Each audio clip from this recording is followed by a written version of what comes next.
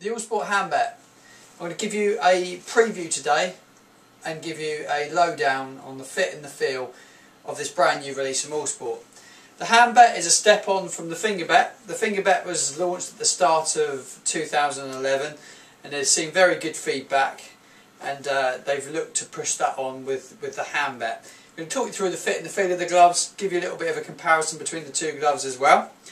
First thing of note was the weight of the Handbett. It felt far more heavier than the Fingerbett, so we got them on the scales this morning and we've weighed the gloves. The Handbett's coming at 140 grams just for the one glove, so it's 140 grams per glove, and the Fingerbett coming at 120 grams, so there's a bit of difference in the weight.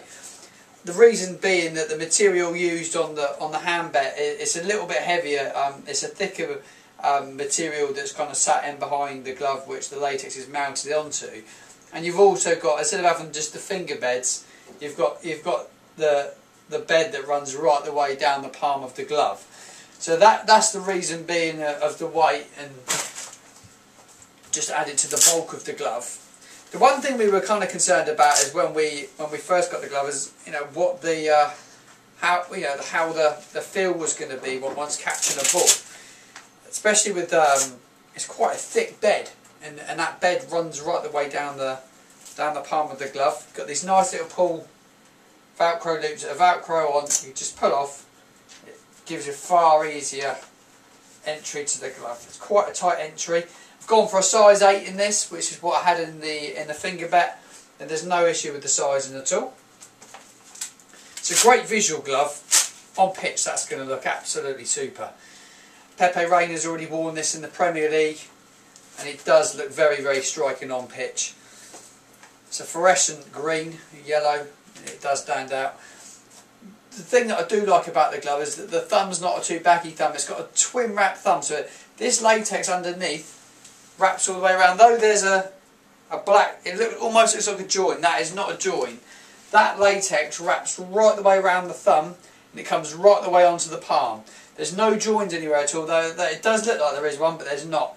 And you've got a wrap over on the thumb as well. Again, it doesn't look like there's a wrap over on the thumb, but it is. It's just the print. It's just the print from the black print onto the normal white latex. Bit more technology going on in it again, because obviously they've used the Fingerbett that they were using and advanced that right the way down the glove, as we were saying. We're going to have a look at the fit now, and I'll talk you through the fit on it. It's quite a narrow fitting glove, but then Cerberus has been designed to be a narrow fitting glove. It's got very good finger stability. You don't get loads of movement in there. Where the backhands are well embossed backhand and thick latex used, there's no PU used here much at all. It's quite thick, and it's going to give you loads of protection. You've got a high density EVA punching zone there, which is like their shock zone for fisting the ball. It was used on the Fingerbett, and it's all some good feedback.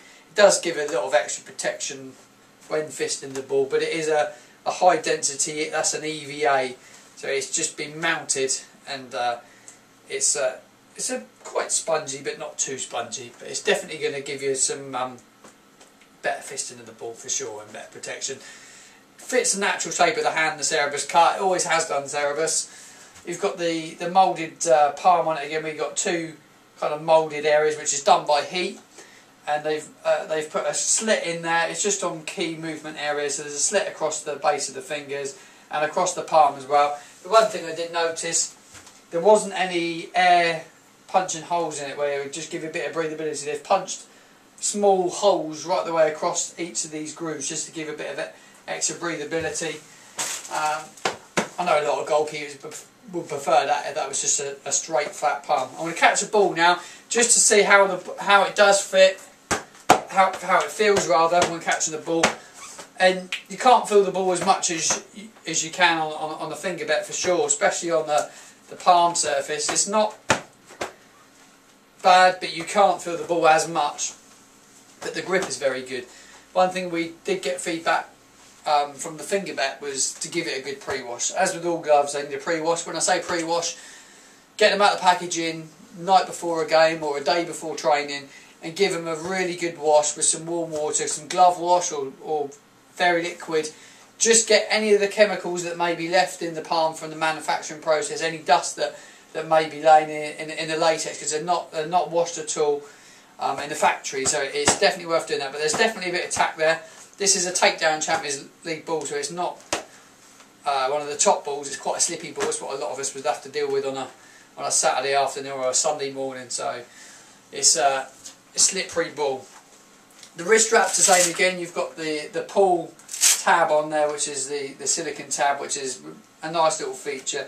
It saves scraping the latex when you're trying to release the strap there, but it's a nice fastening. You've got the tunnel as well, so you do get a good fit on the strap. People had said on the Fingerbett that the fit on that strap's really nice. Like I said, it's a higher quality material that's been used in the base of the glove.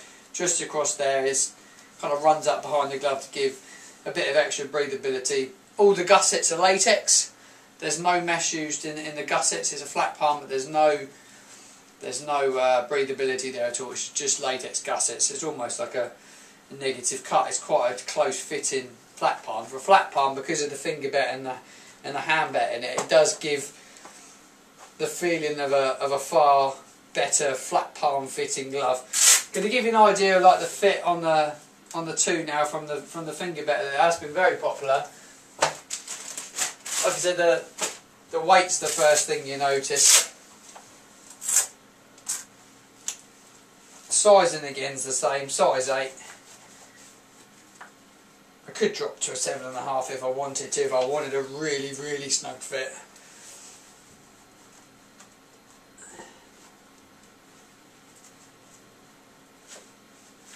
Yeah, there's no different in the fit really, it just feels that bit lighter really. There's not loads and loads of differences on it. They've removed some of the stitching that was used across the thumb area there. That's not used on the handbett. I didn't particularly like that stitching across there. I don't really see why you needed that stitching there, but they've removed that on the handbett. So that's a good thing as well. I like the material that's used is a little better quality on this. I feel the handbett does fit better than the Fingerbett, to be honest. But it's well worth a go. Got any questions, you can email one of the team here at greatsave.com on orders@greatsave.com, and they'll respond to your emails as quick as we can. Hope this has answered loads of questions on the brand new handbett, and we'll look forward to seeing you again soon.